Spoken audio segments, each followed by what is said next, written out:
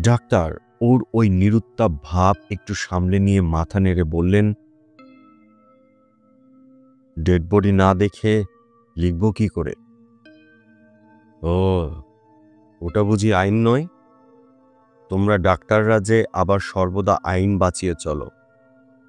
যাক, দেখা হয়েছে তো? না, হয়নি। ডাক্তার আবার উঠলেন। দেব না আমি সার্টিফিকেট, পুলিশে হ্যান্ড ওভার করবো তোমায়। শিশিরের মুখে অদ্ভুত একটা হাসি খেলে গেল। পাগল, কাগজ আনোনি? এনেছ? লেখো, সহজ স্বাভাবিক নির্ভেজাল সাধারণ মৃত্যু। ওই যে কি একটা আছে তোমাদের, মৃত্যুর কারণ বুঝতে না পারলেই যেটা বলো।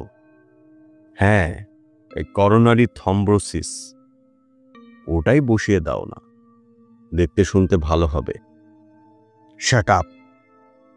চাপা রূঢ় কণ্ঠে ধমকে উঠলেন ডাক্তার। তোমাকে আমি ফাঁসির কাস্টে ঝোলাতে পারি, তা জানো?